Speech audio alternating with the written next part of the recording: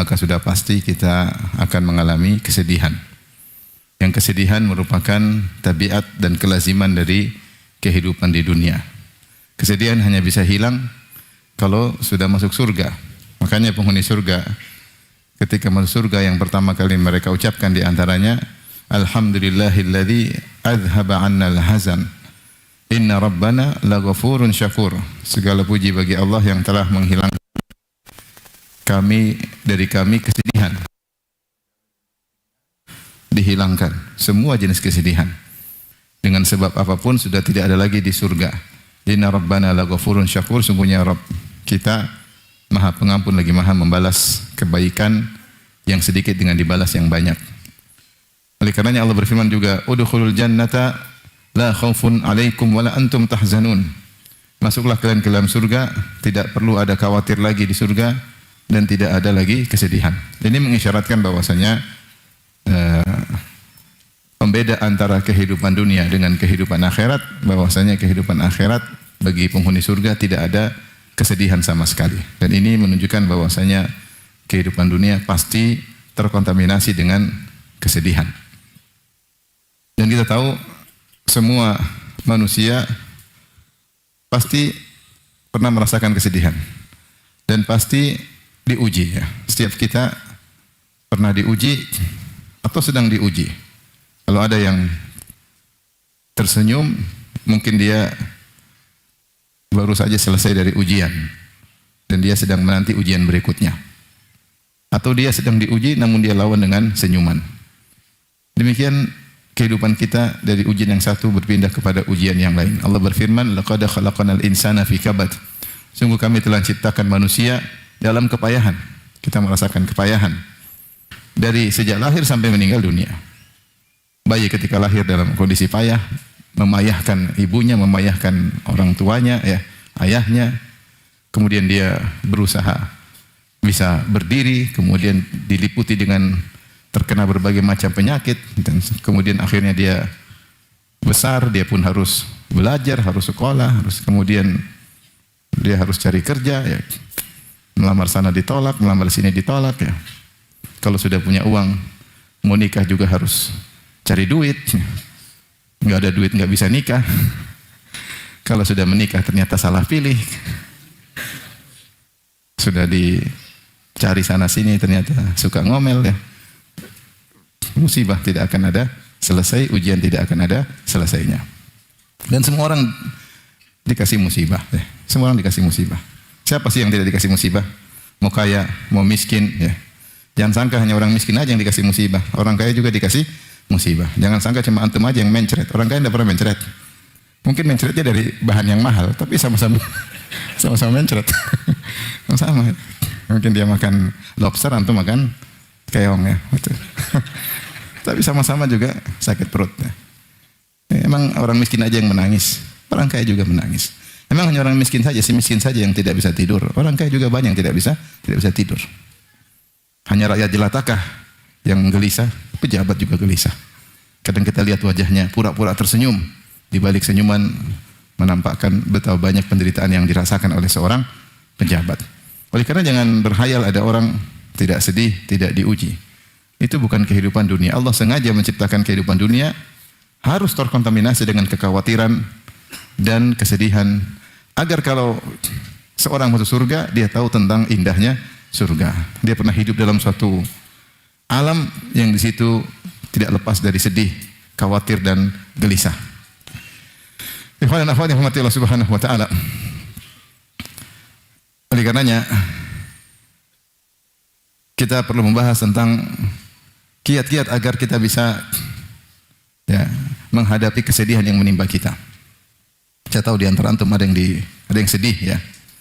Diuji dengan, ya, diuji dengan kemiskinan, ya. Cari kerja sana sini belum dapat kerjaan. Saya tahu ada seorang baru nikah.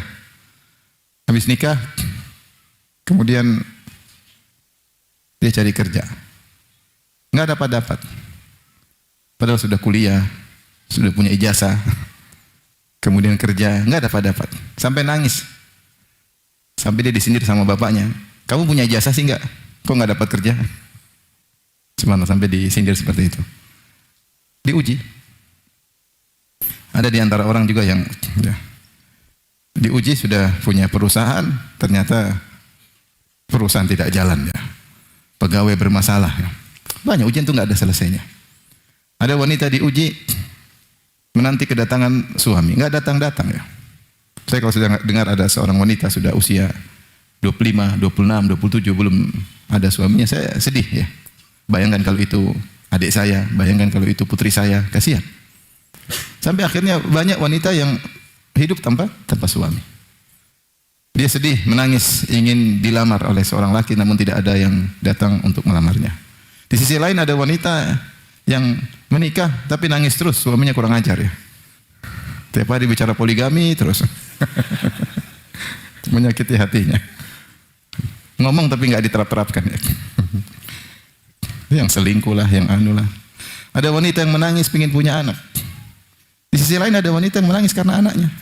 Anaknya nakal, bikin masalah, bikin malu orang tua, nakal, durhaka, nangis karena mikirin anaknya. Hidup demikianlah. Tidak ada yang luput dari ujian.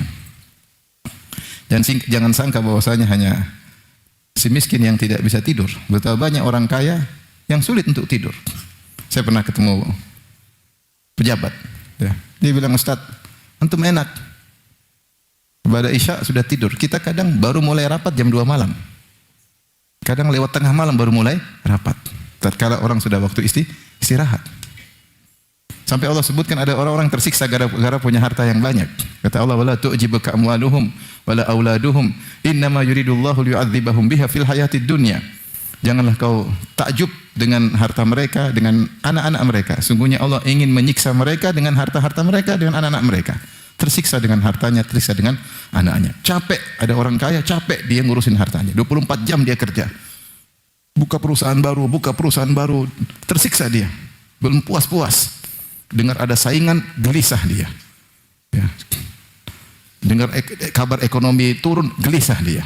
Kemampuan masyarakat kemampuan membelanja masyarakat menurun, gelisah dia, gelisah. Apalagi sudah mendekat Lebaran, mikirin THR, gelisah. Pekerjanya senang-senang, sebentar lagi terima apa? THR. Dia pusing mikirin apa? THR. Jadi tidak semua orang kemudian senang melulu ya. Tidak ada itu ceritanya. Tidak ada ceritanya. Oleh karenanya, ikhwan dan akhwat yang Allah Subhanahu wa taala, ya. Di antara hal yang meringankan kesedihan kita harus tahu bahwasanya kesedihan merupakan tabiatul hayat. Konsekuensi kehidupan harus ada namanya apa? Kesedihan. Harus ada namanya kesedihan. Baik. Tetapi apakah kesedihan kita biarkan? Tidak kita lawan. Kalau kita perhatikan dalam dalil Al-Quran maupun Sunnah, kesedihan tidak disebut oleh Allah dalam Al-Quran misalnya, kecuali dalam bentuk larangan atau penafian. Allah tidak pernah memuji kesedihan. Seperti Allah berfirman, "Wala tahinu wala tahzanu wa antumul a'laun." Janganlah kalian lemah dan jangan kalian bersedih. Allah mengatakan wala tahzanu dan janganlah kalian bersedih. Rasulullah SAW berkata kepada Abu Bakar, "Idz yaqulu li sahibihi la tahzan innallaha ma'ana." Jangan kau bersedih, sungguhnya Allah bersama kita. Jadi dalam bentuk larangan. Demikian juga dalam bentuk penafian.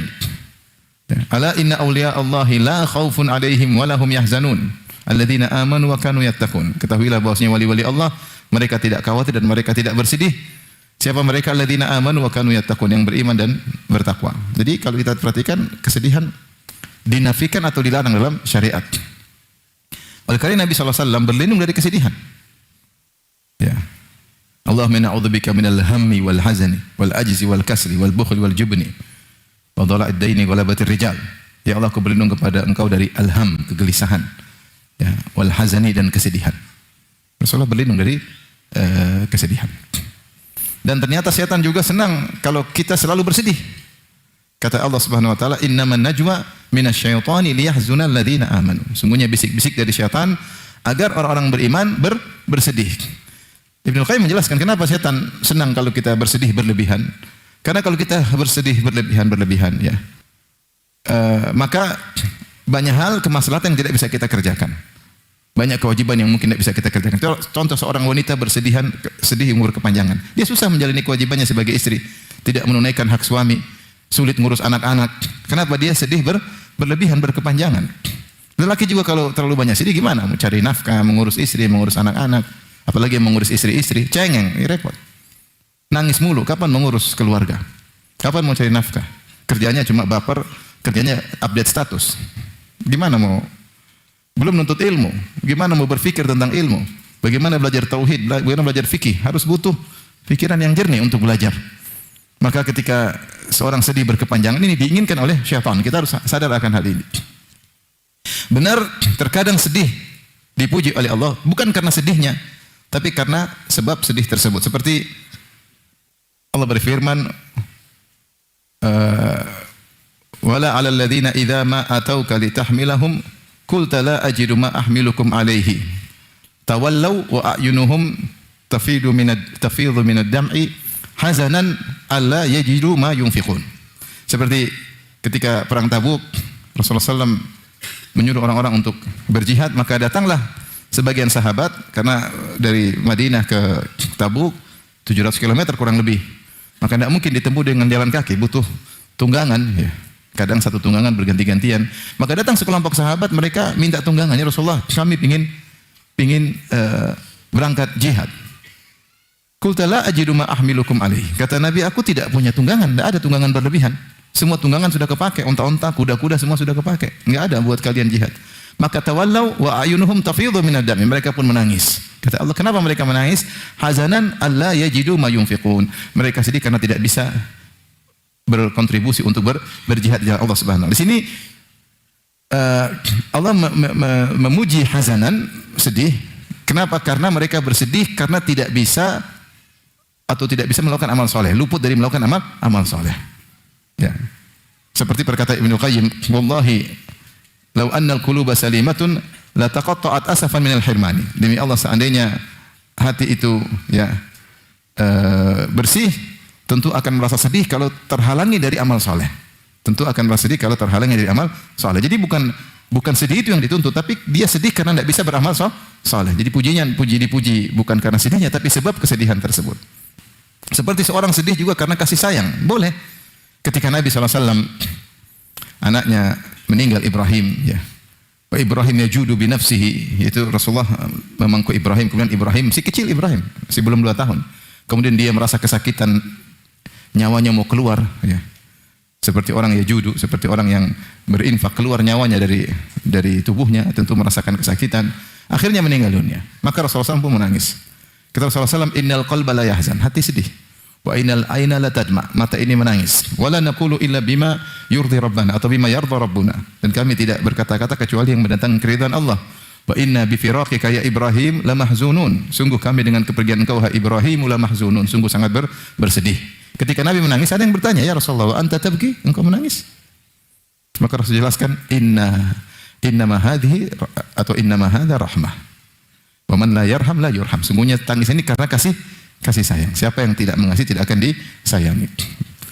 Jadi terkadang kesedihan, jika itu misalnya sedih karena tidak bisa beribadah, sedih karena menyayangi anak atau menyayangi orang lain, dia bukan karena sedihnya atau tangisannya, tapi karena sebab dari kesedihan tersebut yang dicintai oleh Allah Subhanahu wa taala. Itu pun seorang tidak boleh bersedih terus menerus. Maksud saya, ikhwan, saya kasih mukadimah ini untuk menjelaskan bahwa sedih perkara yang tercela. Ya. Kalaupun harus bersedih, ada sebab yang membenarkan kesedihan tersebut dan tidak boleh berkepanjangan. Oleh karenanya Al-Imam Syafi'i rahimahullah melarang untuk atau mengatakan makruh kalau orang takziah lebih dari 3 hari. Kalau sudah 3 hari keempat tidak usah takziah. Dan ini ditansis disebutkan oleh ulama Syafi'iyah dalam kitab-kitab fikih mereka. Dimakruhkan orang untuk bertakziah setelah 3 hari. Di antara sebabnya kata Imam Syafi'i rahimahullah, alla yujaddidal huzna, agar takziah tersebut tidak memperbaharui kesedihan. Tidak memperbaharui apa? Kesedihan. Ya. Sampai sehingga takziah 3 hari. Kalau 3 hari tidak usah takziah lagi. Kecuali ada orang pulang dari safar baru takziah, tidak ada masalah. Tapi hari keempat takziah lagi, hari kelima takziah lagi. Hari ke-20 takziah lagi. Hari ke-60 takziah lagi. Sedih lagi. Dan itu tidak diinginkan dalam syariat. Karena kesedihan berkepanjangan menghalangi seorang dari aktivitas yang bermanfaat baginya. Dari sini kita tahu bahwasanya kita berusaha dituntut untuk tidak bersedih sebisa mungkin. Ketika kita ditimpa dengan musibah, ya kita sabar, ya harus sabar. Sebenarnya pengajian kita ini intinya agar kita bisa sabar. Ya, judulnya apa? Untukmu yang sedang sedih. Yang tidak sedih nggak usah ikut pengajian, keluar. Untuk yang sedang bersedih. Kita pasti semua ada masalah, nggak ada yang ada masalah. Pasti ada yang kita sedihkan. Di tengah-tengah tawa kita ada yang sedang kita sedihkan. Ya. Banyak mau kita pikir. Kita ini mikir banyak nggak? Apalagi udah tua seperti kita, banyak mau dipikirin. Mikir istri, mikir anak. Kalau udah cucu, mikir cucu. Mikir kakak, mikir adik. Mikir kerjaan. Kita punya anak buah, kita mikir anak buah. Punya bos, mikirin bos. Banyak mau dipikir. Punya sekolah, mikirin sekolah. Kita punya sekolah, ada orang nggak bisa bayar, kita sedih. Kalau nggak bayar gimana? Guru-guru nggak ada yang bayar. Kita mikir ini kasihan nggak bisa sekolah. Banyak, nggak ada orang ketawa itu nggak ada. Ya. Pasti di tengah tawa kita pasti ada apa? Kesedihan. Ya. Sampai ada yang pernah bilang, Ustaz, saya minta nasihat. Tapi jangan bilang sabar Ustaz. Sudah sabar nggak usah Ustaz. Saya sudah tahu. Kasih jawaban lain. Karena dia tahu saya pasti bilang sabar. Sabar. Dia nggak mau. Jangan bilang sabar Ustaz. Yang lain jawabannya. Jadi saya bilang apa? Saya muter kanan muter kiri, intinya supaya kau apa? Sabar. Supaya kau sabar. Taib. Jadi di antara kiat-kiat agar kita bisa sabar dalam menghadapi ujian-ujian kehidupan, ingat bahwasanya jika seorang diuji semakin banyak ujian, berarti tanda cinta Allah kepada orang tersebut. Ya, berarti tanda cinta Allah kepada orang tersebut. Diuji, setelah itu diuji lagi, setelah diuji lagi. Itu bukan berarti Allah Subhanahu wa taala benci kepadanya. Justru itu tanda menunjukkan Allah sayang kepadanya. Apalagi dia diuji, dia berhasil melewati ujian tersebut. Datang ujian lagi yang lebih berat, dia berhasil lagi. Berarti dia sedang naik level terus. Level dia semakin apa? Semakin naik. Kalau nggak diuji, dia nggak akan naik levelnya. Oleh karenanya orang yang paling banyak ujiannya adalah orang-orang saleh. Ketika Nabi SAW ditanya, ayun nasi asyaddu bala'an, siapa orang yang paling banyak ujiannya? Maka Rasulullah SAW berkata, al-anbiya, para nabi.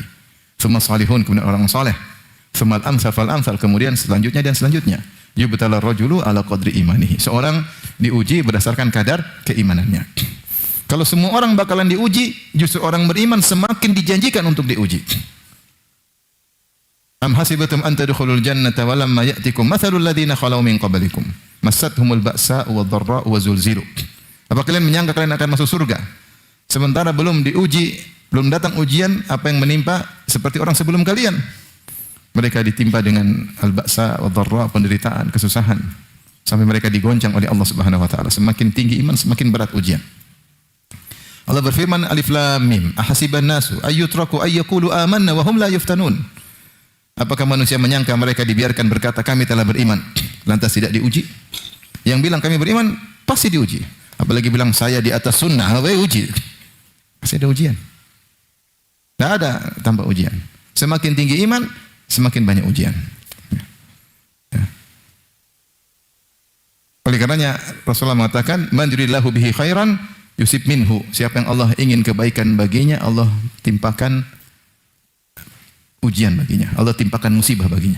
Allah timpakan musibah baginya. Dalam hadis, innallaha idza ahabba qauman ibtalahum. Sungguhnya Allah jika mencintai suatu kaum, Allah uji mereka. Faman radiya falahu ridha. Siapa yang ridha dengan ujian tersebut, Allah meridainya. Berarti semakin beriman semakin diuji. Oleh karena kalau kita lihat orang yang paling banyak ujiannya adalah Nabi Muhammad SAW. Kalau kita sampai diuji pada perkara-perkara yang dicintai oleh Nabi SAW. Berat ujian ketika terkait harus berpisah dengan apa yang kita cintai. Nabi sangat mencintai negerinya, kota Mekah. Dia harus meninggalkan kotanya tersebut. Makanya ketika awal dia dapat wahyu, kemudian Khadijah mengantarnya kepada Waraqah bin Naufal, maka Waraqah bin Naufal mengabarkan kau akan diusir. Dia berkata, kata Waraqah bin Naufal, la ya laitani kuntu jaz'an id akhrajaka qaumuka. Seandainya saya masih muda ketika kau diusir oleh kaummu. La ansurannaka nasran mu'azzaran. Saya akan tolong engkau dengan pertolongan yang kuat. Maka Rasulullah kaget. Kata Rasulullah SAW, aw mukhrijiyahum, apakah mereka akan mengusirku? Maka sebagian ulama mengomentari Nabi SAW diuji dengan bifiraqil watan, dengan harus berpisah dari negeri yang dia cintai. Makanya ketika Nabi berhijrah dia bukan senang-senang. Dia berkata sebelum meninggalkan kota Mekah, dia mengatakan, innaki la ahabbu ardillah wa ahabbul ardillah ila Allah ya. Innaki la khairu ardillah wa ahabbu ardillah ila Allah. Engkau adalah negeri yang terbaik. Engkau adalah negeri yang paling dicintai oleh Allah Subhanahu wa taala. Laula anna qaumaki akhrajuni ma kharajtu minki. Kalau kaummu tidak mengusirku, itu Abu Jahal CS tidak mengusirku, aku tidak akan meninggalkan kau wahai kota Makkah. Jadi Rasulullah diuji dengan terpisah dari negeri yang dicintai. Rasulullah SAW diberi kenikmatan punya istri yang sangat solehah. Bayangkan bagaimana besarnya cinta Nabi kepada Khadijah. 25 tahun hidup sama Nabi tidak pernah angkat suara. Semua hartanya dia infakkan kepada Nabi SAW. Sibuk mengurus anak-anak Nabi di rumah agar Nabi bisa berdakwah di luar. Sampai Rasulullah SAW berkata di hadapan Aisyah, "Inni qad ruzuktu hubbaha." Aku dianugerahi oleh Allah bisa cinta Aisyah, bisa cinta Khadijah, itu anugerah. Atau Khadijah bisa mencintaiku, itu adalah apa? Anugerah. Nabi menganggap cinta kepada Khadijah adalah anugerah. Atau dicintai oleh seorang wanita yang sebenarnya adalah anugerah. Sampai ketika Aisyah cemburu terus berkata, "Qad abdalakallahu khairan minha." Khadijah sudah meninggal, Allah telah menggantikan dengan yang lebih baik. Kata Rasulullah SAW, "La khairan minha." Tidak ada yang lebih baik daripada Khadijah. Ya. Amanat bi id kadzabani nas. Dia beriman kepadaku ketika semua orang kafir kepadaku. Ya. Id kafara biyan nas, ketika semua orang kafir kepada. Wa saddaqatni id kadzaba biyan nas. Dia membenarkan aku ketika semua orang mendustakan aku. Wa wasatni bimaliha, dan dia membantu aku dengan hartanya ketika orang tidak ada yang membantuku. Kemudian wanita yang sangat dicintai tadi meninggal dunia. Sedih atau tidak? Sedih lah. Saya kenal 2 orang suami istri, mereka kemana-mana bareng. Istrinya meninggal, suaminya sedih, lama-lama kemudian meninggal lagi, nyusul. Saking sedihnya dengan kepergian apa? Istrinya. Kalau istri biasa-biasa mati nggak ada masalah. Iya atau tidak bapak-bapak? Jujur, masalah atau hilang masalah? Sama, kalau suami brengsek meninggal ya sudah, hilang masalah.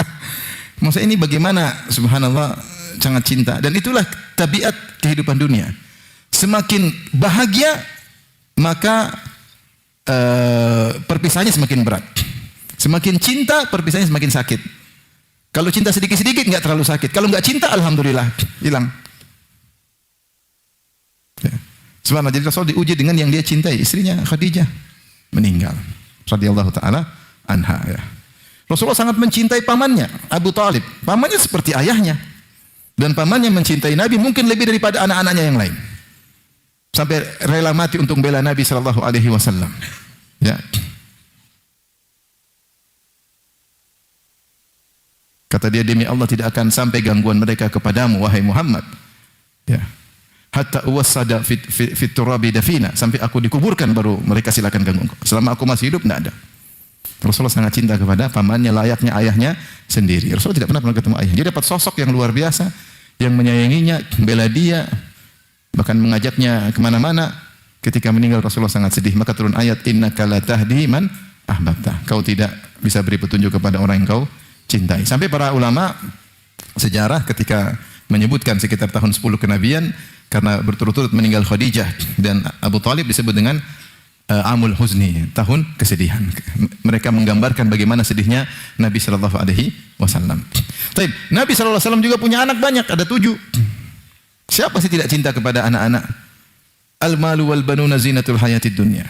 Harta dan anak adalah perhiasan kehidupan dunia. Zuyyina lin-nasi hubbus syahwati minan nisa'i wal banin. Manusia dijadikan suka dengan wanita dan juga suka dengan anak-anak. Allah mengatakan kepada malaikat, hal qabattum thamarata fuadihi, apakah kalian telah mengambil buah hati hambaku, yaitu anaknya? Yaitu anak-anak. Bayangkan kemudian Nabi SAW anaknya meninggal satu demi satu. Tersisa cuma Fatimah. Rasul punya anak siapa? Qasim, Abdullah, Zainab, Ruqayyah, Ummu Kulthum, Fatimah, Ibrahim. Semuanya meninggal. Cuma satu yang tersisa siapa? Fatimah ya. Fatimah radhiyallahu taala anha. Dan itu kesedihan yang luar biasa ya. Anak satu demi satu meninggal. Makanya, tapi Rasulullah SAW sabar.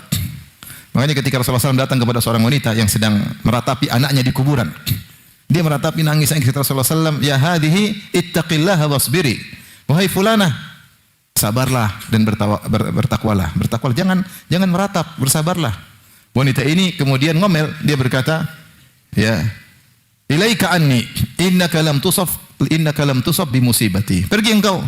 Kau bisa ngomong aja, kau nggak tahu, kau tidak pernah menderita apa yang aku derita. Yaitu kau tidak pernah terkena musibah seperti yang aku terima. Padahal Nabi pernah nggak? Sering lah. Nabi pergi aja, Nabi nggak bilang, anak baru satu meninggal, saya 6 meninggal semua. Enak aja ngomong gitu. Kalau kita emosi kan, Rasulullah pergi aja. Makanya dikasih tahu, mbak tadi Nabi kaget, dia pulang. Minta maaf sama Nabi, Rasulullah bilang, innamas sabru inda sodamatil ula. Sabar sungguhnya ketika hantaman pertama. Ketika anak baru meninggal, sabar itulah sabar yang sesungguhnya. Jadi diuji dengan orang-orang yang dia cintai. Ya. Pamannya Hamzah yang sangat Nabi cintai juga meninggal. Ya. Ujian-ujian yang dialami oleh Nabi Shallallahu Alaihi Wasallam. Oleh karenanya Rasulullah adalah Khalilur Rahman, kekasih Allah. Ya. Sehingga cintanya semua fokus untuk Allah Subhanahu wa taala. Dan demikiannya kalau kita baca kisah-kisah para nabi. Jadi kalau antum diuji ya, husnudzan. Ya, Allah ingin angkat derajat saya, mengurangi dosa-dosa saya. Jadi kaidah semakin tinggi iman semakin banyak apa? Ujian, semakin banyak ujian. Baik. Berikutnya, agar kita bisa sabar ketika menghadapi ujian, tidak terlalu bersedih. Kita tahu bahwasanya segala ujian yang kita alami akan menggugurkan dosa-dosa. Ini di antara penghibur yang luar biasa. Penghibur yang luar biasa. Penggugur dosa dan mengangkat apa? Derajat. Penggugur dosa sekaligus penggugur dosa dan sekaligus angkat derajat. Lihatlah kisah seorang wanita berkulit hitam yang dijamin surga oleh Nabi sallallahu alaihi wasallam. Kata Atha bin Abi Rabah rahimahullah, qala li Ibnu Abbas, berkata kepada Ibnu Abbas gurunya, Ibnu Abbas radhiyallahu anhu, ala adulluka ala imra'atin min ahli jannah, maka aku tunjukkan kepada engkau seorang wanita penghuni surga. Hadhil mar'atus sauda. Inilah wanita berkulit hitam, dialah sang wanita penghuni surga. Atatin Nabiy sallallahu alaihi wasallam, dia datang kepada Nabi sallallahu alaihi wasallam.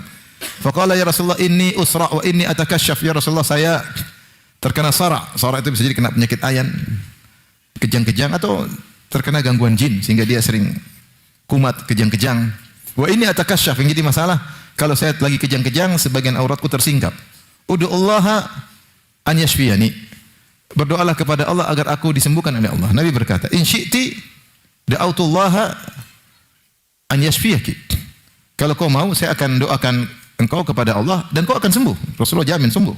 Wa in syi'ti sabarti walakil jannah. Tapi kalau kau mau sabar, kau masuk surga. Kata dia, asbir, saya sabar. Saya sabar. Walakinni atakasyaf, tapi Rasulullah saya sabar, masalahnya kalau saya lagi sakit, kejang-kejang, saya tersingkap. Fad'ullaha alla atakasyaf, berdoalah kepada Allah agar ketika aku kejang-kejang tidak tersingkap auratku. Akhirnya dia tetap sakit, mungkin sampai meninggal dunia sakit. Musibah yang tidak hilang darinya.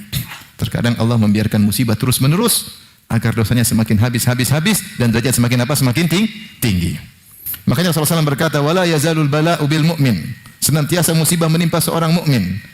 Fi jasadihi wa waladihi wa malihi, mengenai tubuhnya, mengenai hartanya, mengenai anaknya, hatta yalqallah wa laisa alaihi khati'ah, sampai dia bertemu Allah tidak punya dosa sama sekali. Tidak punya dosa sama sekali. Musibah datang terus. Ya. Kenapa? Untuk menghapus dosa-dosanya. Ada orang sakit enggak hilang-hilang, Allah ingin hapuskan dosa-dosa. Kalau demam saja bisa menggugurkan dosa, apa kata Nabi sallallahu alaihi wasallam? La tasubbil humma, jangan engkau mencela demam. Fa innaha tudhibu khataaya bani Adam kama yudhibul kir khabathal hadid. Sungguhnya demam itu bisa menghilangkan dosa-dosa anak Adam sebagaimana alat pandai besi menghilangkan karat besi. Demam itu biasa, maksudnya enggak terlalu sakit, cuma meriang. Itu saja dosa-dosa banyak berguguran. Gimana lagi sakit yang perut, sakit, apalagi gigit nyut-nyut enggak berhenti. Nyut dosa hilang, nyut hilang. Gimana lagi asam urat, waduh. Kata orang, Ustaz kalau sudah kena asam urat udah nggak ada gagahnya lagi. Jalan kaki pincang. Mau badan kekar, kalau asam urat selesai, sakit. Disentuh sedikit sakit. Kalau demam saja menggugurkan dosa-dosa, apalagi sakit-sakit yang berat seperti itu. Gimana orang kena cancer? Gimana orang yang diganggu oleh jin, disihir bertahun-tahun? Ada orang, saya diceritain dia disihir sampai 20 tahun baru sembuh. 20 tahun diganggu jin terus, sakit kepala, sakit perut, bengkak sana, bengkak sini. Kadang-kadang tubuhnya gatal, 20 tahun baru sembuh. Bayangkan betapa banyak pahala yang dia dapatkan. Allah bersihkan dengan sebersih-bersihnya. Oleh karena Allah alam, terdapati sebagian orang saleh, penghujung hayatnya dikasih penyakit yang berat. Sebagian ulama kita, seperti Syekh Muhammad Shalih Al-Utsaimin, kena kanker sebelum meninggal dunia. Kalau nggak salah, gurunya juga Ibn Sa'di juga kena kanker. Penyakit yang luar biasa ya. Yang bisa menggugurkan dosa-dosa dan mengangkat apa? Derajat. Makanya di antara syuhada adalah mat'un, orang yang terkena penyakit taun. Penyakit yang mengerikan. Dianggap oleh Nabi sebagai orang yang mati syahid. Oleh karenanya, kalau kita terkena musibah, yakinlah kalau kita sabar, dosa-dosa kita dikurangi. Makanya Rasulullah SAW mengatakan, "Ma yusibul muslim min wasabin, la nasabin, wala hazanin, wala ghammin, wala adhan, hatta syauka yushakuha illa kafarallahu bi khotayahu." Tidaklah seorang muslim ditimpa dengan musibah apapun. Apakah penyakit, apakah keletihan, capek, letih, cari nafkah, di bawah terik matahari, ngurusin istri, ngurusin anak, ngurusin kerjaan, kesana kemari capek, letih, safar, itu semua mengurangi dosa. Capek itu mengurangi dosa. Wala nasabin, wala hamin, kegelisahan. Ham itu mikir gimana anak saya, gimana sekolahnya, gimana, pikirin banyak. Mikir adik lagi susah, mikir orang tua lagi begini, banyak yang dipikirin. Mikir. Orang tua banyak mikirin anaknya, iya tidak? Anaknya enggak ngerti, orang tua mikir anaknya. Kalau anaknya sakit dia mikir terus. Anaknya mau sekolah mau kemana? Anaknya sudah lulus sekolah mau kerja di mana? Dia pikir. Anak-anak kadang enggak mikir. Apalagi Gen Z. Dia enggak tahu orangnya pening mikirin dia. Orang tua banyak yang mau dipikirin. Anak yang sudah nikah dia mikir gimana mantu saya, dipikirin. Gimana mertuanya, mikir. Banyak bikin, namanya ham. Ya. Yang kadang bikin orang enggak bisa tidur. Ham, gelisah. Wala hazanin, tidak ada satu kesedihan pun. Kesedihan apapun yang menimpa. Wala adzan, tidak ada gangguan orang lain zalimi kita. Zalimi kita dari harta kita diambil, harga diri kita dijatuhkan, tubuh kita dipukul. Semuanya menggugurkan dosa. Hatta syauka yushakuha, bahkan duri yang dia injak atau mengenainya, illa kafarallahu bi khotayahu, kecuali akan menghapuskan apa? Dosa-dosanya. Ya ikhwan, kita ini banyak dosa. Ya atau tidak? Apakah ragu kalau banyak dosa? Kalau antum main medsos pasti berdosa. Pasti berdosa. Antum dosanya berhenti kalau kuota habis. Kalau kuota enggak habis, pasti dosa. Lihat cewek lah, lihat anu lah, lihat inilah. Ngeri. Apalagi yang punya akun 3. 1 akun asli, 2 akun palsu. Bahaya akun palsu ini. Ini pasti dibuat macam-macam akun palsu. Kita pasti belum dosa melihat, dosa mendengar, dosa hati, sombong, angkuh, merendahkan orang lain, suudzon sama anak, suudzon sama istri, suudzon sama teman, merendahkan ini, merendahkan fulan, banyak orang kita rendahkan, dosa bertumpuk-tumpuk. Meremehkan, menghina, itu dosa hati banyak sekali. Belum keinginan-keinginan yang muncul macam-macam. Ya. Maka dengan musibah-musibah tadi akan menggugurkan dosa-dosa. Kalau orang sakit sabar. Sakit sabar ya. Makanya Rasulullah anjurkan kita kalau jumpa orang sakit kita bilang apa? Tahurun la ba'sa tahurun insyaallah. Kita ketemu orang la ba'sa tahur insyaallah. Sabar, insyaallah menggugurkan dosa-dosamu. Memang saya banyak dosa, emang kau ragu akan hal itu? Kita semua banyak dosa. Sebenarnya doa itu tujuannya supaya kita sabar. Oh ternyata benar menggugurkan apa dosa. Siapa sih kita nggak berdosa? Siapa sih bapak-bapak di antara kita yang menunaikan semua hak istri, hak anak, hak orang tua, hak kakak adik? Kita mana? Belum tentu. Siapa di antara wanita yang sudah menunaikan hak suaminya dengan benar? Yang Rasulullah bersabda, lan tu'addil mar'atu haqqa zawjiha hatta tu'addiya haqqa rabbiha. Tidak mungkin seorang wanita bisa menunaikan hak suami, hak Allah. Lan tu'addil mar'atu haqqa rabbiha hatta tu'addiya haqqa zawjiha. Tidak mungkin seorang wanita bisa menunaikan hak Allah sampai dia menunaikan hak suaminya. Banyak. Karena kalau kena musibah kita sabar. Karena dosa-dosa kita berguguran. Siapa di antara kita yang selamat dari ghibah? Ceritain sana, ceritain sini. Tidak ada. Berarti hidup kita ini penuh dengan dosa. Ya. Apalagi zaman. Kalau kita nggak ghibah, kita nonton ghibah. Acara ghibah. Kita senang lagi acara ghibah. Paling ramai. Baik. Jadi dosa-dosa akan gugur dengan musibah-musibah. Musibah apapun kita kena. Alhamdulillah. Mudah-mudahan mengurangi apa dosa-dosa saya. Mengurangi dosa-dosa saya. Yang berikutnya sudah saya sebut tadi, siapa yang bersabar dengan musibah bukannya mengurangi dosa, akan mengangkat apa? Derajat. Kaidah menyatakan semakin pilu hati, semakin tinggi level. Semakin sakit hati, semakin pahalanya besar. Dikasih musibah yang ringan, pahalanya ringan. Maksudnya setimpal. Inna idhamal jaza ma'idhamil bala. Atau sebaliknya, sungguhnya balasan setimpal dengan besarnya balasan, setimpal dengan besarnya apa? Ujian. Makanya kaidah perhatikan, semakin pilu semakin sakit itu pahalanya semakin tinggi, level semakin tinggi, cepat. Dan di antara cara yang paling membuat orang cepat naik pangkat di akhirat adalah dengan dikasih musibah. Makanya dalam hadis Rasulullah menyebutkan Allah telah mencatat kedudukan seorang hamba di tempat yang tinggi di surga. Kemudian Allah melihat amal dia, ternyata amal dia tidak mampu untuk mendongkrak dia ke tempat tersebut. Dia sholat tapi sholatnya pas-pasan. Dia sedekah tapi sedekahnya masih perhitungan. Ya. Dia puasa sunnah cuma sedikit. Ada cara praktis, cepat. Agar cepat naik derajatnya tinggi, Allah kasih musibah. Allah kasih dia musibah. Dia sabar, derajatnya naik cepat. Makanya orang-orang terbaik di dunia ini adalah yang paling sabar. Allah berfirman, "Fasbir kama sabar ulul azmi minar rusul." Bersabarlah engkau sebagaimana ulul azmi. Siapa ulul azmi? Rasul-rasul terbaik. Sabarlah seperti mereka. Mereka dikasih ujian yang berat karena memang amal yang paling cepat mendongkrak seorang naik tinggi di sisi Allah adalah dengan dikasih musibah, lantas dia bersabar. Ikhwan, bukan berarti kita berdoa, ya Allah kasih saya musibah. Jangan ya akhi. Al-afiyah. Allah minas'aluka al-afiyah. Ya Allah, aku mohon keselamatan. Tapi Allah yang lebih tahu tentang kebaikan kita daripada kita sendiri. Harus ada ujian yang kita hadapi agar dosa-dosa kita gugur dan agar derajat kita naik di sisi Allah Subhanahu wa taala.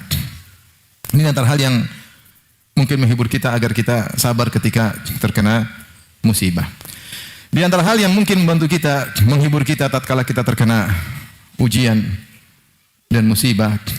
Karena kita tahu bahwasanya musibah itu akan pergi. Ibnu Qayyim dan Ibnu Taimiyah rahimahullah menjelaskan musibah itu seperti cuaca.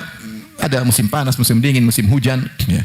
Musim kemarau. Dia tidak akan terus-menerus, dia akan pergi suatu saat.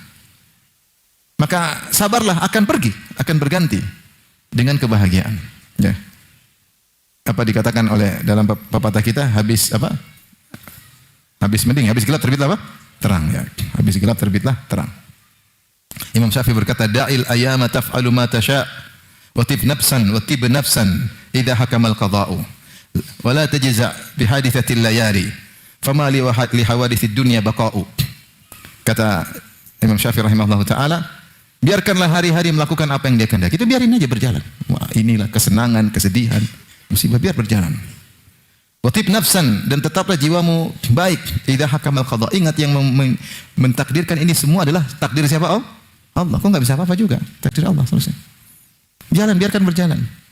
Wala tajza' li haditsatil layali. Jangan kau kemudian ngamuk-ngamuk karena suatu kejadian di malam hari. Fama li hawaditsid dunya baqa'u. Tidak ada peristiwa dunia yang berkesinambungan, akan pergi suatu hari, akan pergi suatu hari. Ya. Badai pasti berlalu. Memang berlalu lalang, tapi akan berlalu. Akan berlalu. Badai pasti berlalu lalang, tapi akan berlalu. Akan berlalu. Ya. Ya. Seperti cuaca. Mau kita hadapi berat pertama, hari kedua mulai biasa, hari ketiga, hari keempat, hari kelima biasa, hilang nanti. Nanti kita udah biasa, berganti. Hilang, ganti musibah yang baru. Jadi karena kita tahu ini tabiat kehidupan, dia akan datang dan pergi. Jadi jangan dipikirin. Ada saatnya akan sirna. Ada saatnya akan sirna. Makanya dibuat sebuah perumpamaan tentang sebuah kisah, mungkin kisah hanya hayalan aja. Sebenarnya ada seorang raja yang menyuruh anak buahnya untuk buat sebuah cincin dengan tulisan sesuatu yang bermanfaat baginya. Agar dia kalau sedih tidak terlalu bersedih. Kalau dia gembira jangan lupa diri. Maka anak buahnya bikin cincin, kemudian ditulis, semua ada waktunya, atau semuanya akan berlalu. Semua akan berlalu dan semua akan ada waktunya.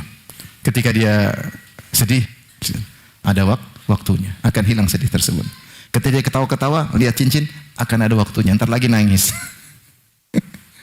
Jadi semua ada waktunya, semua ada waktunya. Tidak akan abadi ya. Ya, makanya dikatakan dawamul hal minal muhal.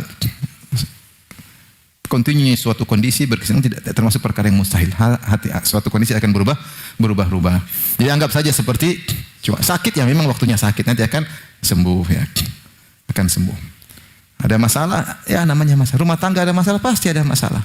Nanti akan hilang sendiri. Hadapi aja dengan tenang, sabar, berdoa kepada Allah, akan hilang, akan selesai.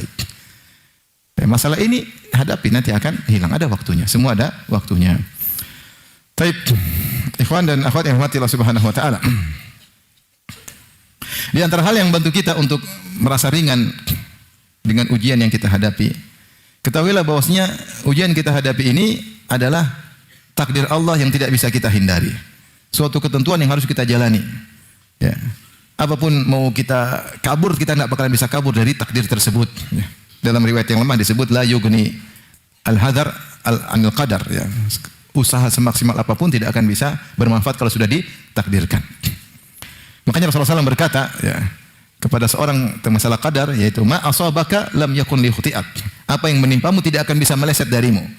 Wa ma akhta'aka lam yakun liyusibak. Dan apa yang meleset darimu tidak bakalan kena kamu. Kalau memang kau sudah ditakdirkan sakit, bakalan sakit. Kalau kau ditakdirkan bakalan cerai, enggak mungkin enggak cerai. Pasti sudah kau akan menjalaninya. Ya. Kalau kau ditakdirkan poligami, pasti poligami, kau enggak bisa menghindar. Kalau kau ditakdirkan tidak bisa poligami, mau mati-matian tidak bakalan bisa poligami. Kalau kau ditakdirkan jomblo, kau akan jomblo sampai mati. Semua sudah takdir, tidak bisa kita hindari. Ma asabaka lam yakun liyukhti'ak. Apa yang menimpamu, kau tidak akan bisa menghindar darinya. Dan apa yang tidak kau akan dapatkan meleset darimu, tidak akan bisa menimpamu. Semua sudah dicatat. 50.000 tahun sebelum menciptakan langit dan bumi. Innallaha kataba maqadirul khalaiq qabla an yakhluqa samawati wal ardi 50,000 sanah. Allah mencatat takdir seluruh makhluk dengan terperinci. Apa yang menimpa kita dari sejak nutfah sampai kita meninggal, surga atau neraka, semua sudah dicatat oleh Allah dengan terperinci. Terperinci. Tangisanmu, tawamu, kesedihanmu, kegembiraanmu, sakitmu, sehatmu, semua sudah tercatat. Kau tidak bisa menghindarinya. 50.000 tahun sebelum menciptakan langit dan bumi. Langit dan bumi kapan diciptakan? Enggak tahu. Berapa juta tahun lalu? Enggak tahu. 50.000 tahun sebelum itu Allah sudah catat semuanya. Jadi ini meringankan kita ketika terkena musibah, qadarullah. Makanya ketika Umar bin Khattab ditusuk, ditikam, di antara riwayat dia mengatakan wa kana amrullahi qadaran maqdura. Kata dia, takdir Allah pasti terjadi. Ditikam dia.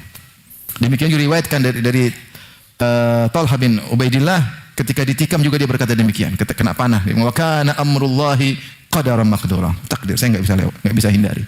Sudah takdir akan terkena musibah. Nah, kalau kita ingat takdir, maka kita akan ringan. Contoh sederhana, antum pulang ke rumah, tahu istri ngomel-ngomel, itu udah pulang capek-capek. Kemudian kerja di kantor diomelin bos, pulang diomelin bos besar. Sampai rumah istri ngomel-ngomel, ente bilang, wah istriku, sebungku omelanmu ini telah tercatat di Lauhil Mahfuz. 50.000 tahun sebelum ciptakan langit dan bumi. Itu meringankan apa? Hati. Dia ngomel lagi, ini ngomelan kedua juga sudah tercatat. Itu sudah, kita antum nggak bakalan menghindar. Mau antum bawa emas, mau bawa durian, kalau waktunya ngomel tidak akan bisa menghindar. Ma asabaka lam yakun liyukhti'ak. Apa yang menimpamu kau tidak akan bisa menghindar. Ada orang bilang gitu, saya sudah belikan emas, ustaz sudah belikan ini, masih ngomel. Ma asabaka. Apa yang menimpamu tidak akan bisa kau terhindar dari. Enggak bisa kabur, enggak bisa kabur. Sudah tercatat di Lauhil Mahfuz. Jadi ini mendingan sudah. Mungkin kadang ada satu kejadian saya marah. Saya marah. Uminya anak-anak bilang, "Abi ini kayak enggak beriman dengan takdir aja." Ustaz ditegur. Maksudnya jangan ngomel, udah. Saya enggak boleh ngomel. Kalau dia ngomel enggak apa-apa, kalau saya ngomel enggak boleh. Abi enggak beriman dengan takdir, ngajarin takdir marah-marah. Benar juga ya. Masya Allah. Jarang-jarang, karena saya jarang dikasih nasihat. Orang nasihat saya takut. Tapi kalau istri, nasihat aja. Ya. Jadi subhanallah, kalau kita beriman takdir, sabar. Makanya ketika kita terkena musibah, ucapkanlah kata-kata tersebut. Inna lillahi wa inna ilaihi rajiun. Kita kembali kepada Allah. Qaddarallahu wa ma syaa fa'ala. Apapun Allah, semua takdir Allah Subhanahu wa taala. Alhamdulillah ala kulli hal, segala puji bagi Allah dalam segala keputusannya. Ini meringankan musibah yang kita hadapi. Tapi di antara hal yang mungkin meringankan musibah juga, kalau kita terkena musibah, meringankan kesedihan kita terkait dengan takdir. Kita bikin pikiran di benak kita bahwasanya jatah musibah untuk kita sudah tercatat di Lauhil Mahfuz. Misalnya dalam hidup kita 100 musibah. Ternyata kita bulan ini kena musibah, minggu depan kena musibah, minggu depan lagi. Memang bertubi-tubi dan terus menerus. Dia bilang, alhamdulillah, jatah musibah sudah berkurang. Setting pikiran, alhamdulillah jatah musibah sudah berkurang. Alhamdulillah saya bisa lewat, alhamdulillah. Jatah lain kita tunggu aja, tapi alhamdulillah sudah lewat. Jatah musibah sudah berkurang. Jadi dengan demikian maka kita akan lebih ringan menghadapi musibah. Kemudian di antara yang meringankan agar kita tidak terlalu bersedih. Ketahuilah bahwasanya musibah kalau menimpa dan kita bersabar, ujungnya pasti indah. Pasti indah, enggak mungkin enggak indah, pasti indah. Saya bilang pasti. Demi Allah pasti indah. Yang tidak indah kalau kita tidak sabar. Karena musibah tersebut Allah berikan pasti baik bagi kita. Pasti baik bagi kita. Tapi kalau kita enggak sabar, bisa jadi ujungnya buruk. Bisa jadi ujungnya buruk. Jadi perkataan orang, pilihan Allah pasti baik bagi kita itu tidak mutlak. Pilihan Allah pasti baik bagi kita kalau kita sabar. Kalau kita enggak sabar bisa jadi itu awal dari musibah, awal dari hukum dan azab dari Allah Subhanahu wa taala. Istidraj lah apalah. Tapi kalau kita sabar, pasti ujungnya indah. Allah punya cara untuk memperbaiki kita. Allah mau cara untuk membuat kita kenikmatan yang lebih indah. Makanya Allah berfirman tentang Bani Israel, wa tammat kalimatu rabbikal husna ala bani Israil bima sabaru. Dan telah tetap keputusan Allah kalimat-kalimat yang indah kepada Bani Israel bima sabaru, karena mereka bersabar. Bersabar pasti. Makanya kita kalau terkena musibah kita bilang alhamdulillah ala kulli hal. Pasti ada hikmah di balik ini yang kita tidak tahu. Husnuzon aja. Husnuzon aja. Husnuzon. Kita Allah sebutkan banyak dalam Al-Quran kisah-kisah bagaimana sabar mendatangkan keindahan. Lihatlah Yusuf alaihissalam sabar jadi bangsawan. Kalau dia enggak sabar dia enggak jadi bangsawan. Sabar aja. Makanya ketika Nabi Yakub alaihissalam dikabarkan Yusuf sudah hilang kemana, Binyamin dituduh mencuri anaknya, kakak paling tua tidak mau pulang, maka dia mengatakan fasabrun jamil. Asallahu an ya'tiyani bihim jami'an. Innahu huwal alimul hakim. Saya akan sabar dengan sabar yang indah. Apa sabar yang indah? Tidak mengeluh kepada manusia, tidak curhat kepada manusia, tidak update status. Itu namanya sabar yang indah. Bukan update status. Ibu-ibu ada masalah tahu-tahu bikin status layangan putus. Ada apa, Bu? Kenapa layangan putus, Besok bikin status main layangan 2. Apa maksudnya, layangan 2? Bikin status tahu-tahu ada gambar hati terbelah 2. Apa ini, Orang enggak apa-apa. Semua takdir Allah. Ada apa, Itu curhat sama manusia. Fasabrun jamil. Sabrun jamil, sabar yang indah, sabar tanpa curhat kepada manusia. Asallahu ayyatiyana bihim jamil. Semoga Allah mengembalikan ketiga anakku kepadaku. Yusuf, Binyamin dan kakak tertua. Innahu huwal alimul hakim. Sungguhnya Allah itu maha berilmu dan maha bijak. Bahwasanya yang mentakdirkan anak-anakku hilang dariku adalah Allah, dan dia adalah Al-Alim yang maha berilmu. Dia tahu tentang diriku, dia tahu yang terbaik buat diriku, dia tahu yang terbaik buat anak-anakku, dan dia hakim dan dia bijak. Pasti ada hikmah di balik ini. Meskipun dia menangis, meskipun dia sedih, meskipun dia bercucuran air mata sampai matanya buta, tapi dia berkata kepada anak-anaknya, jangan putus asa. Ya bani yadhhabu fatahassasu min Yusuf wa akhihi wa la tayasu min rauhillah. Wahai anak-anakku, pergilah kalian cari Yusuf dan Binyamin. Jangan putus asa dari pertolongan Allah. Innahu la yayasu min rauhillah illal qaumul kafirun. Tidak ada yang putus asa dari pertolongan Allah kecuali orang kafir. Bayangkan Yakub alaihissalam mengucapkan demikian dengan penuh tangisan sampai matanya buta, tapi dia tidak pernah putus asa. Saking cintanya kepada anaknya tersebut. Enggak ada putus asa. Husnudzon, pasti ada hikmahnya. Ya, sakit, dia tidak kuasa sakit sampai tangis menerus sampai buta ya. Tapi dia bilang jangan putus asa karena Allah maha berilmu dan maha bijak. Ternyata Allah mentakdirkan anaknya Yusuf akan jadi bangsawan, dan mereka akan pindah dari kampung menuju kota dimuliakan, dari Palestina menuju Mesir. Sama ketika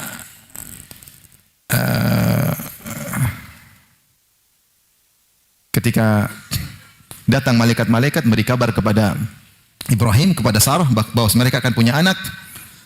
Kata Allah, fasaqat wajhaha wa qalat ajuzun aqim. Qalu kadzalika qala rabbuki innahu huwal hakimul alim.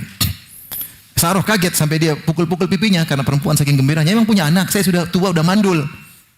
Kata malaikat, kadzalika qala rabbuki. Demikianlah Allah sudah putuskan. Ingat, innahu huwal hakimul alim. Allah maha bijak dan maha berilmu. Subhanallah, Allah mentakdirkan Sarah baru punya anak ketika dia sudah tua. Ada yang mengatakan usia sudah 90 tahun. Baru punya anak. Itu semua Allah maha bijak. Allah maha bijak. Masa kalau cerita sedikit tentang kisah Sarah dan Ibrahim luar biasa. Saya renungkan bagaimana rahasia Allah luar biasa. Allah menikah, Ibrahim menikah dengan siapa? Sarah. Ibrahim menikah dengan siapa? Sarah. Kemudian akhirnya berdoa ketika diusir dari Babilonia, Ibrahim, Rabbi habli minas salihin. Dia berdoa, ya Allah anugerahkanlah kepadaku anak saleh.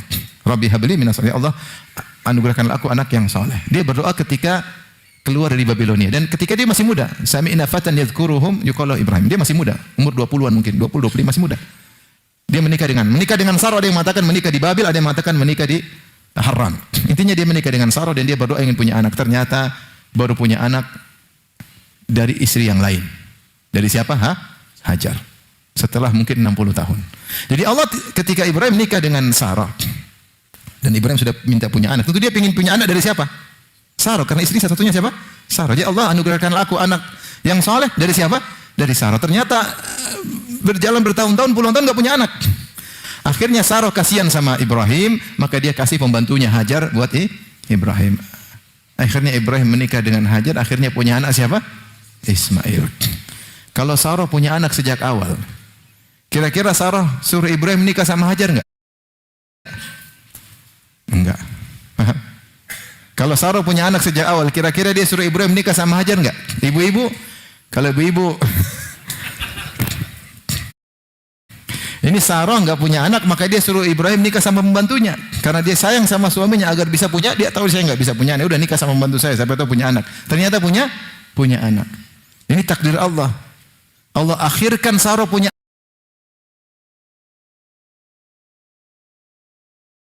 anak belakangan, ada hikmah yang Allah kehendaki supaya Ibrahim bisa nikah sama Hajar. Kemudian Allah takdirkan Sarah cemburu. Sarah cemburu. Kalau Sarah tidak cemburu, maka Ibrahim tidak akan bawa Hajar dan Ismail ke Mekah. Dan tidak ada ceritanya Nabi Muhammad SAW di sana. Tidak ada Zamzam Tower ceritanya. Tidak ada. Zamzam Tower ada. Universitas Islam Madinah itu ada. Di antara sebabnya gara-gara Sarah cemburu. Ngerti tidak? Di balik kecemburuan ada hikmah. Allahu Akbar. Maksud saya, innahu huwal hakimul alim. Sungguhnya Allah maha bijak dan maha berilmu. Kalau kita renungkan dalam kehidupan kita, banyak kita bisa kiaskan. Ternyata iya benar. Allah kasih musibah kita ini, ternyata Allah ingin kasih nikmat yang dahsyat yang tidak kita renungkan sebelumnya, tidak kita duga sebelumnya. Banyak dalam kejadian kehidupan. Maka kalau kita terkena musibah, isnudzan. Innahu huwal alimul hakim atau innahu huwal hakimul alim. Sungguhnya Allah maha bijak. Keputusannya pasti indah kalau kita bersabar. Alhamdulillah ala kulli hal. Segala puji bagi Allah atas segala keputusan. Saya sudah berapa lama ceramah? 1 jam berapa? Pas? Masya Allah. Udah cukup ya? Jadi yang buat kita bersabar bahwasanya semua yang Allah tetapkan pasti ada hikmahnya. Kalau kita bersabar, tidak usah kita marah-marah, tidak usah kita ribut-ribut. Lagi pula ini juga tambahan, kalau kita marah-marah, kita ribut-ribut, tidak akan mengembalikan yang sudah pergi. Memang kalau seorang wanita anaknya meninggal, kemudian nangis-nangis anaknya kembali. Kalau dia nangis-nangis anaknya kembali, ya nangis-nangis aja, tidak apa-apa, ada faedahnya. Tapi dia nangis-nangis, banting sana, banting sini, tidak akan kembali anaknya. Kalau sudah meninggal, sudah selesai. Seorang wanita akhirnya harus berpisah dari suaminya. Dia nangis-nangis, emang suaminya kembali? Kan enggak, ya sudah. Dia nangis-nangis hanya meronta-ronta, dapat dosa dan tidak akan merubah keadaan. Tidak akan merubah keadaan. Maki sana, maki sini, ngamuk sana, tidak akan merubah keadaan. Yang terbaik bersabar. Semoga di balik kesabaran ada solusi yang Allah berikan. Inna ma'al usri yusra. Sungguhnya bersama dengan kesulitan ada kemudahan. Ya, bersama dengan kesulitan ada kemudahan.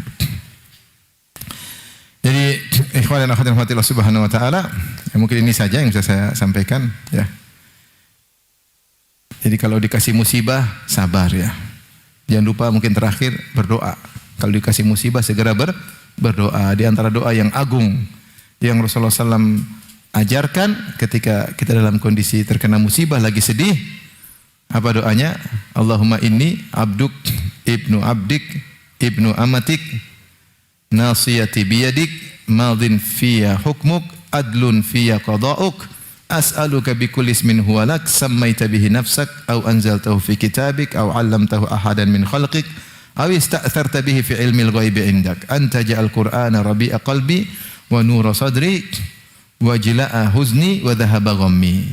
Kata Nabi, tidak seorang terkena musibah atau mengalami kesedihan kemudian dia baca doa ini kecuali Allah akan menghilangkan kesedihannya. Saya ulangi doanya. Allahumma inni abduk. Coba ikuti. Allahumma inni abduk. Artinya, ya Allah, sungguhnya aku ini hanyalah hambamu. Ibnu abdik, dan aku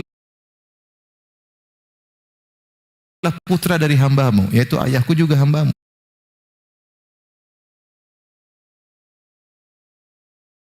Saya bukan hamba yang bapakku juga hambamu. Ibnu amatik, dan putra dari ibuku, ibuku juga hambamu. Aku hanyalah hamba dari sekian banyak hambamu. Nasiyati biyadik, sungguhnya ubunku di tanganmu. Engkau yang mengatur diriku, Kau yang menentukan kehidupanku, Kau yang menentukan nasibku. Semua di bawah kekuasaanmu, semua di bawah keputusanmu. Madin fiyya hukmuk, keputusanmu pasti berlaku kepadaku. Aku enggak bisa menghindar dari keputusanmu. Aku tidak bisa lari dari takdirmu, enggak bisa. Adlun fiyya qada'uk, dan keputusanmu pasti adil kepadaku. Engkau tidak zalim kepadaku sama sekali. Aku sakit, aku ditinggal pergi, aku terkena kesulitan. Engkau tidak zalim sama sekali. Engkau maha adil. Adlun fiyya hukmuk qada'uk, keputusan pasti adil kepadaku. Ini mukadimah yang indah. Pengakuan kita hanyalah menjalankan keputusan siapa? Allah. Baru bertawassul. As'aluka bikulli ismin huwa lak. Aku mohon kepada engkau dengan seluruh nama-namamu yang indah. Sammaita bihi nafsak, yang nama-namamu itu kau namakan dirimu sendiri. Ya. Au anzaltahu fi kitabik, yang kau turunkan dalam kitab sucimu Al-Quran. Au 'allamtahu ahadan min khalqik, atau yang kau ajarkan kepada salah seorang hambamu, mungkin kepada nabi, mungkin kepada malaikat. Aw ista'tharta bihi fi ilmil ghaibi indak, atau namamu yang kau sembunyikan dalam ilmu gaibmu. Setelah bertawassul baru mengajukan permohonan. Apa permohonannya? Anta ja'al qur'ana rabi'a qalbi, jadikanlah Al-Qur'an adalah penyejuk hatiku. Wa nura sadri, dan cahaya dadaku. Wa jala'a huzni, dan untuk menghilangkan kesedihanku. Wa dhahaba ghammi, dan untuk menghilangkan kegelisahanku. Siapa yang baca doa ini pasti sedihnya hilang. Sedihnya hilang. Berdoa dengan tulus, dengan khusyuk, dengan memahami makna hadis tersebut. Oleh karenanya setelah berdoa dengan gitu, benar-benar terapkan Quran. Karena kita berdoa, jadikanlah Quran ini untuk penyejuk apa? Hatiku. Baca doa tapi Quran enggak dibaca, terus gimana? Baca Quran. Baca Quran. Quran pasti menghilangkan kesedihan. Siapa yang sedih baca Quran, pasti berkurang kesedihannya langsung, tidak ditunda. Saat itu juga pasti berkurang kesedihannya. Apalagi kalau dia baca surat Yusuf. Sebagian salah mengatakan baca surat Yusuf. Lagi sedih baca surat Yusuf akan hilang apa? Atau berkurang kesedihan. Jangan lagi sedih, nonton film Korea.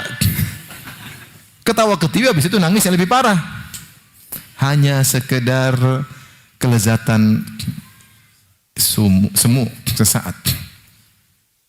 Saya sering bilang, kelezatan maksiat tidak mendatangkan kebahagiaan, hanya mendatangkan kelezatan, setelah itu kecanduan.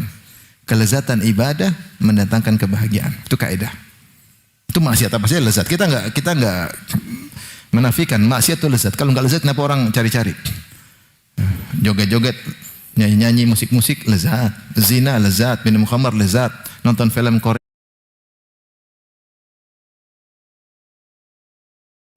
lezat, menderita hati kering. Tapi kalau lezat baca Quran, lezat nuntut ilmu, lezat salat malam, lezat ibadah, mendatangkan apa?